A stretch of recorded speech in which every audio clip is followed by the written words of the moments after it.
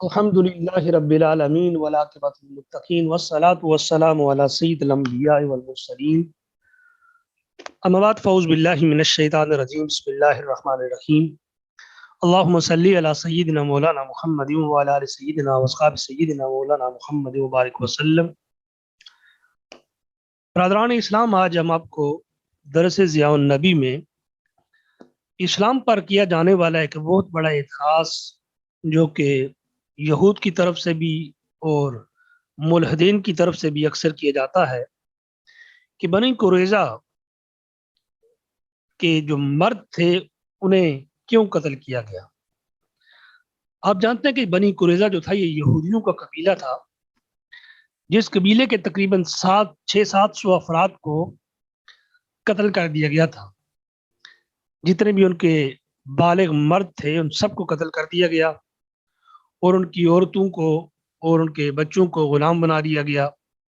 اس پر لوگ اعتراض کرتے ہیں کہ اسلام نے ایسا کیوں کیا۔ بنی قریظہ یہ یہود کا وہ قبیلہ تھا جو مدینہ طیبہ میں تھا، جن کے ساتھ مسلمانوں کا معاہدہ امن تھا، لیکن غزوہ خندق کے موقع پر انہوں نے بدعہدی کی اور مسلمانوں پر مدینہ طیبہ کے اندر سے وار کرنے کے لیے انہوں نے کوشش کی۔ بعد ازاں اللہ کریم نے اس کوشش کو تباہ کر دیا۔ اللہ کریم کے کرم سے مسلمان ان کے اس فتنہ سے محفوظ رہے، اور غزوہ خندق سے واپسی کے موقع پر جب مسلمان مدینہ طیبہ میں پہنچے، اور مسلمان ابھی اپنے گھروں میں ہی پہنچے تھے کہ جبریل امین آئے اور حکم دیا کہ عرض کیا حضور نبی اکرم صلی اللہ علیہ وسلم سے کہ اللہ تبارک و تعالیٰ نے ہمیں بھیجا ہے، اور ہم نے ابھی تک اپنا جنگی لباس نہیں اتارا، بلکہ ہم کفار کو بھگانے کے لیے گئے ہوئے تھے، اور ابھی ہم آپ کی خدمت میں آئے ہیں، اور جب تک بنی قریظہ سے بدلہ نہیں لے لیا جاتا اس وقت تک مسلمانوں کو گھروں میں آرام کرنے کی اجازت نہیں ہے۔ تو اسی تھکاوٹ کے عالم میں، مشکل کے عالم میں حضور نبی اکرم صلی اللہ علیہ وسلم نے حکم دیا صحابہ کرام کو۔ صحابہ کرام دوبارہ پھر ان کے ساتھ تشریف لے گئے۔ اب وہاں پر جو معاملات ہوئے وہ ایک الگ ٹاپک ہے، لیکن قتل کیوں کیا گیا اس پر اعتراض ہے کہ تمام کے تمام بالغ مردوں کو قتل کیوں کیا گیا۔ اس کے علاوہ کوئی اور فیصلہ بھی تو کیا جا سکتا تھا۔ تو احباب گرامی، آئیے اس سوال کا، اس اعتراض کا جواب ہم سنتے ہیں، پڑھتے ہیں سیرت کی مایناز کتاب ضیاء النبی سے، جو کہ حضرت ضیاء الامت جسٹس پیر محمد کرم شاہ الازہری رحمۃ اللہ علیہ کی تصنیف ہے۔ آپ لکھتے ہیں کہ کہا جاتا ہے کہ بنو قریظہ کے سب مردوں کو قتل کرنے کا فیصلہ بڑا سخت تھا۔ ہم ایسا کہنے والوں سے صرف اتنا پوچھتے ہیں کہ وہ یہ فرمائیں کہ یہ حکم سخت سے ہی، لیکن یہ عادلانہ تھا یا ظالمانہ تھا؟ ہر شخص جس نے بنی قریظہ کے حالات کا تفصیلی مطالعہ کیا ہے اور اس میں حق گوئی کی جرت بھی ہے، تو یہ کہنے پر مجبور ہے کہ یہ فیصلہ سراسر عدل و انصاف پر مبنی تھا، کیونکہ آپ کو خوب علم ہے کہ رحمت دو عالم صلی اللہ علیہ وآلہ وسلم جب ہجرت کر کے یثرب میں رونق افروز ہوئے، اس وقت یہود کے 3 قبیلے بنو قینقاع اور بنو نذیر اور بنو قریظہ سکونت پذیر تھے۔ حضور صلی اللہ علیہ وآلہ وسلم نے ان سب کے ساتھ دوستی کے معاہدے کیے، جن معاہدوں کے ذریعے ان کی مکمل آزادی دی گئی کہ وہ اپنی مذہبی شاعر اور تقریبات کو کسی روک ٹوک کے بغیر منا سکتے تھے۔ انہیں کاروبار کرنے، زراعت اور دیگر معاشرتی سرگرمیوں میں حصہ لینے کا حق دیا گیا تھا، اور انہیں ان کی جان، آبرو اور مال کا تحفظ دیا گیا تھا۔ ان سے فقط یہ مطالبہ کیا گیا تھا کہ نہ وہ خود مسلمانوں پر حملہ کریں گے اور نہ کسی حملہ آور دشمن کا ساتھ دیں گے، اور نہ وہ مسلمانوں کے خلاف سازشیں کریں گے۔ ہجرت کے 5ویں سال غزوہ خندق ہوا۔ اس سارے عرصہ میں ان قبائل نے ایک دن بھی مسلمانوں کے ساتھ شریفانہ برتاؤ نہیں کیا۔ جب بھی ان کا بس چلا، انہوں نے سرکار دو عالم صلی اللہ علیہ وآلہ وسلم کو اذیت پہنچائی اور مسلمانوں کو نقصان پہنچانے میں ذرا دریغ نہیں کیا۔ بنو نذیر نے تو حضور نبی اکرم صلی اللہ علیہ وآلہ وسلم کو شہید کرنے کی ناپاک سازش کی۔ اگر اللہ تبارک و تعالیٰ اپنے حبیب مکرم صلی اللہ علیہ وآلہ وسلم کی خود حفاظت نہ فرماتا تو اپنے مضموم مقاصد میں کامیاب ہو جاتے۔ بنی قریظہ نے تو اپنے دو ہم مذہب قبیلوں کے جذبہ اسلام اور دشمنی کو بھی مات کر دیا۔ اس وقت جب سارا عرب 10,000 کا لشکر جرار لے کر مدینہ طیبہ کو روند ڈالنے اور مسلمانوں کا نام و نشان مٹا دینے کے لیے ارادہ سے چڑھ دوڑا تھا، اور کڑکڑاتا جاڑا، سامان خوردنوش کی شدید قلت، اور اس عالم میں جب بنی قریظہ نے وہ وعدہ توڑ دیا جس کے سائے میں انہوں نے 5 سال تک عزت اور خوشحالی کی زندگی بسر کی تھی، نبی مکرم صلی اللہ علیہ وآلہ وسلم نے حضرت سعد بن معاذ اوسی جو ان کے دیرینہ حلیف تھے اور سعد بن عبیدہ کو اس واقعے کی تحقیق کے لیے بھیجا، تو وہاں کا منظر ہی نرالا تھا۔ نیزوں کے انیوں کو چمکایا جا رہا تھا، مختلف قسم کا اسلحہ، ڈالیں اور زرہیں تقسیم کی جا رہی تھیں۔ حضرت سعد جو ان کے دیرینہ حلیف تھے، ان کو وہ معاہدہ یاد دلایا جو انہوں نے رسول اللہ صلی اللہ علیہ وآلہ وسلم کے ساتھ کیا ہوا تھا۔ تو انہوں نے ادب و احترام کے سارے ضابطوں کو پس پشت ڈال دیا، اور پس پشت ڈالتے ہوئے اپنے دیرینہ حلیف کا ذرا لحاظ کیے بغیر کہا، من رسول اللہ، کون رسول اللہ؟ ہم کسی کو نہیں جانتے۔ لا عہد بیننا و بین محمد ولا عقدہ، ہمارے درمیان اور ان کے درمیان کسی قسم کا کوئی عہد و پیمان نہیں ہے۔ ہوئی بھی نختب کی انگیخت پر انہوں نے مسلمانوں سے اپنے تعلقات منقطع کر کے ان مشرکین کے ساتھ اپنی قسمت وابستہ کر دی جو مدینہ طیبہ کی اینٹ سے اینٹ بجانے کے لیے آئے تھے۔ اللہ تعالیٰ نے اپنی قدرت کاملہ اور حکمت بالغہ سے اپنے حبیب مکرم صلی اللہ علیہ وآلہ وسلم اور ان کے جانثار غلاموں کی حفاظت نہ فرماتا اور ان کی مدد اور نصرت نہ کرتا، ایسے اسباب پیدا نہ ہوتے یا ایسے اسباب پیدا نہ کرتا جنہوں نے مخالفت کے ان پہاڑوں کو ہوا منصورہ بنا دیا اور کفار اپنے طے شدہ منصوبہ کو عملی جامہ پہنانے کے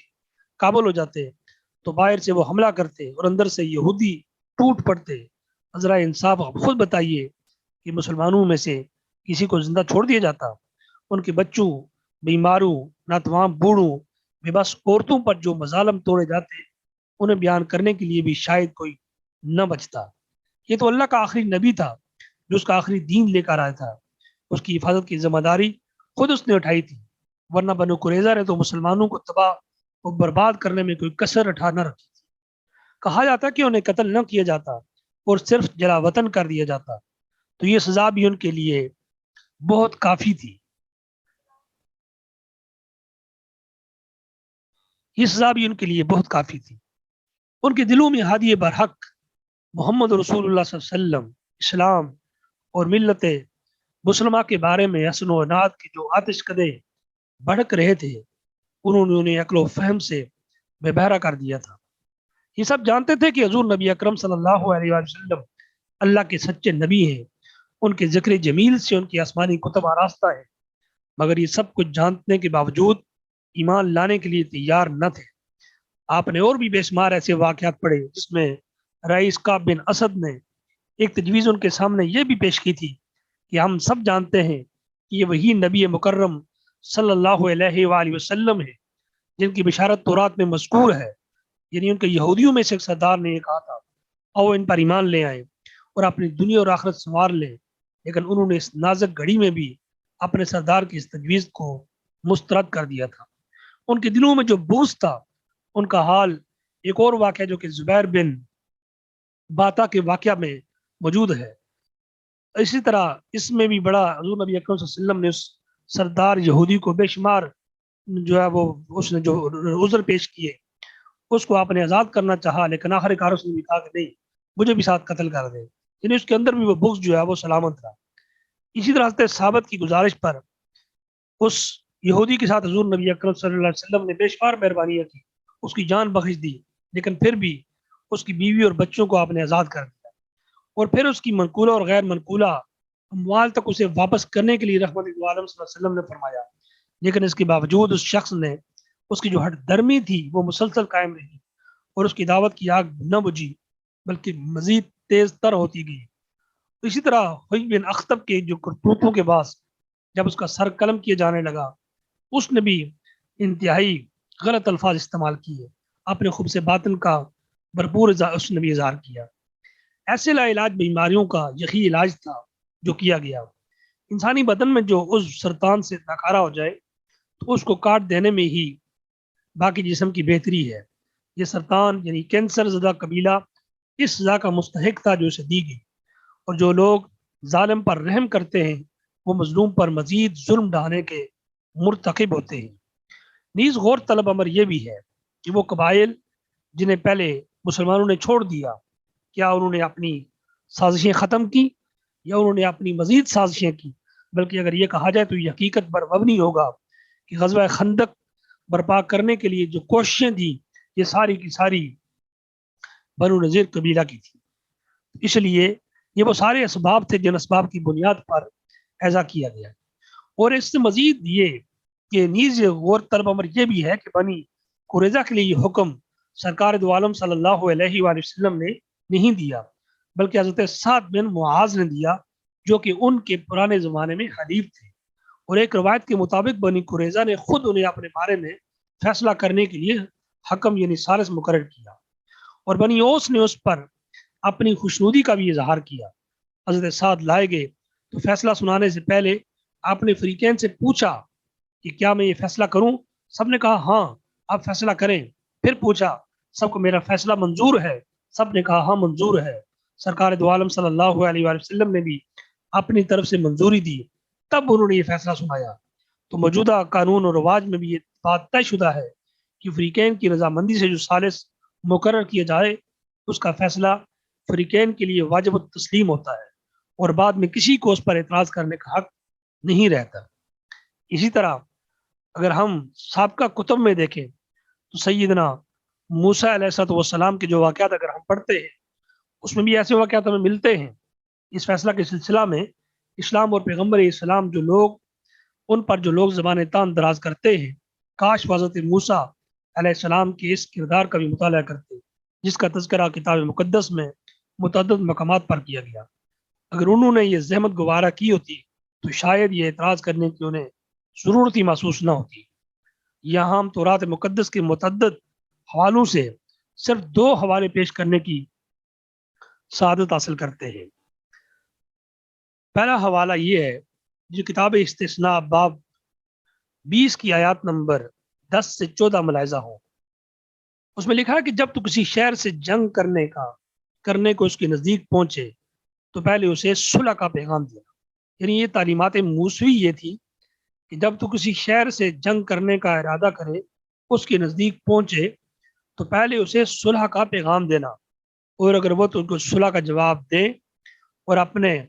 پھاٹک تیرے لیے کھول دے تو وہاں کے سب باشندے تیرے باجگزار بن کر تیری خدمت کریں، اور اگر وہ تجھ صلح نہ کرے بلکہ تجھ سے لڑنا چاہے تو ان کا محاصرہ کرنا، اور جب خداوند تیرا خدا اسے تیرے قبضے میں کر دے تو وہاں کے ہر مرد کو تلوار سے قتل کر ڈالنا، لیکن عورتوں اور بال بچوں اور چوپایوں اور اس شہر کے سب مال کو لوٹ کے اپنے لیے رکھ لینا، تو اپنے دشمنوں کی اس لوٹ کو جو خداوند تیرے خدا نے تجھے دی ہے وہ کھانا۔ اسی طرح دوسری کتاب میں باب 31 آیت نمبر 7 تا 10 ملاحظہ فرمائیے، لکھتے ہیں کہ اور جیسا خداوند نے موسیٰ کو حکم دیا تھا اس کے مطابق انہوں نے مدیانیوں سے جنگ کی اور سب مردوں کو قتل کر دیا، اور انہوں نے ان مقتولوں کے سوا عدیر اور رقم اور سور اور حور اور ربا کا جو مدین کے 5 بادشاہ تھے جان سے مار ڈالا۔ یعنی سوائدی اور رقم اور سور اور حور اور ربا جو کہ مدیان کے 5 بادشاہ تھے ان کو جان سے مار ڈالا، اور بہور کے بیٹے بلعام کو بھی تلوار سے قتل کیا، اور بنی اسرائیل نے مدیان کی عورتوں کو ان کے بچوں کو اسیر کیا اور ان کے چوپائے اور بھیڑ بکریاں اور مال و اسباب سب کچھ لوٹ لیا، ان کی سکونت گاہوں کے سب شہروں کو جن میں وہ رہتے تھے ان کی سب چھاونیوں کو آگ سے پھونک دیا۔ یہ سارا کچھ تو ان کی اپنی کتابوں کے اندر بھی لکھا ہوا ہے۔ اگر یہ فیصلہ اسلام نے کیا، مسلمانوں نے کیا، تو اس لیے اس فیصلے پر کسی قسم کے اعتراض نہیں بنتا۔ دعا اللہ تعالیٰ کی ذات سے کہ اللہ پاک ہمیں دین کی سمجھ عطا فرمائے اور حضور نبی اکرم صلی اللہ علیہ وآلہ وسلم کی کیے گئے آفاقی فیصلوں کی سمجھ عطا فرمائے. آمین.